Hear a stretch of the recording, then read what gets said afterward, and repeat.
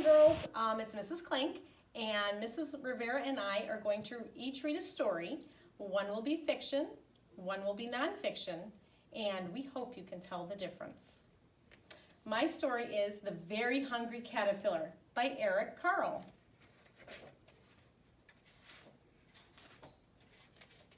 In the light of the moon, a little egg lay on a leaf. One Sunday morning, the warm sun came up, and pop! Out of the egg came a tiny and very hungry caterpillar. He started to look for some food. On Monday, he ate through one apple, but he was still hungry. On Tuesday, he ate through 2 pears, but he was still hungry. On Wednesday, he ate through 3 plums, but he was still hungry. On Thursday, he ate through 4 strawberries, but he was still hungry. On Friday, he ate through 5 oranges, but he was still hungry. On Saturday, he ate through 1 piece of chocolate cake, 1 ice cream cone, 1 pickle, 1 slice of Swiss cheese, 1 slice of salami, 1 lollipop, 1 piece of cherry pie, 1 sausage, 1 cupcake, and 1 slice of watermelon. That night, he had a stomach ache.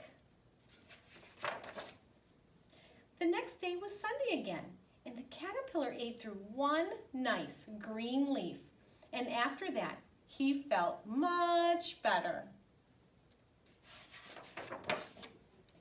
Now, he wasn't hungry anymore, and he wasn't a little caterpillar anymore. He was a big, fat caterpillar. He built a house, a small house called a cocoon, around himself.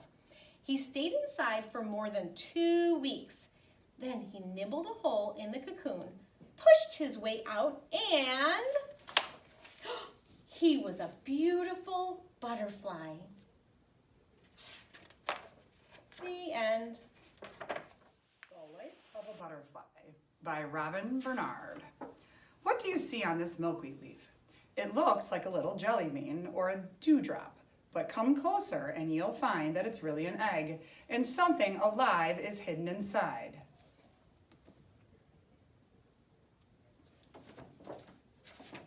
Soon the egg is ready to hatch. A tiny body squiggles and wiggles its way out. Do you know what it is? It's a caterpillar. A very, very hungry caterpillar. Right away, the caterpillar eats the eggshell, then it begins to nibble leaves. It eats and grows bigger and fatter, and it grows and it changes. Now the caterpillar has velvety stripes.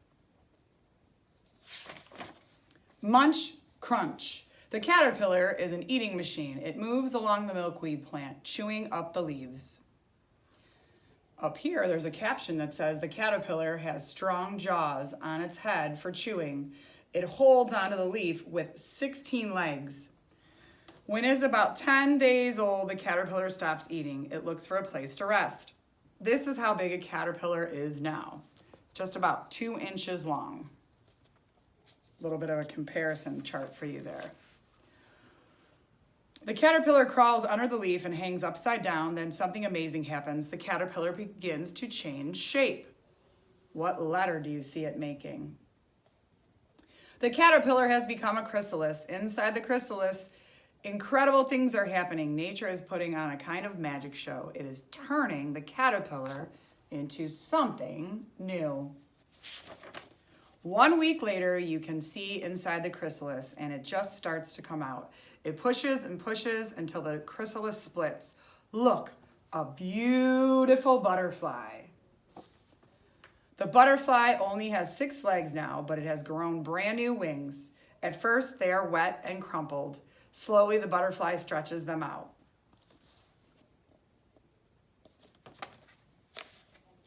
The monarch rests and lets its wings dry in the sun. All the velvety stripes are gone. Instead, the butterfly is covered with tiny scales. This is how big he is now, or she is now. Look, 4.5 inches. Take a close look at the monarch's wings. Tiny scales give the butterfly its color and its pattern. Soon the butterfly can fly. It flutters from flower to flower. The butterfly has a straw-like tube on its head.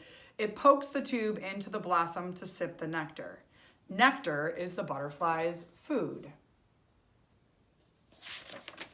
You can find butterflies wherever there are flowers. There are 12 butterflies fluttering in this garden. How many monarchs can you count? Monarchs are poisonous. Their bright colors warn birds and animals to say, stay away. They say, don't eat me. I taste awful. As soon as there is a nip in the air, monarchs do what many birds do. They fly south for the winter. On wings as thin as tissue paper, they fly across the ocean. Thousands of monarchs travel together. These monarchs are resting on a tree in Mexico. When spring comes, the monarchs will fly north again. You can see a map on the page here that shows you what the monarchs do. On the way home, a monarch drops something on a milkweed leaf. It looks like a little jelly bean or a dewdrop, but you know what it really is and just what's hidden inside. And then it starts all over again. So who do you think read the fiction book and who do you think read the nonfiction book? I think you were probably already guessing at the very beginning, right? Mrs. Klink read the fiction book written by Eric Carle, The Very Hungry Caterpillar. I know a lot of you really like it. And then I read the nonfiction book about the life cycle of a butterfly. You saw lots of facts and you saw diagrams and comparisons and captions. You saw a lot of nonfiction features in this one. Hope you enjoy the two books.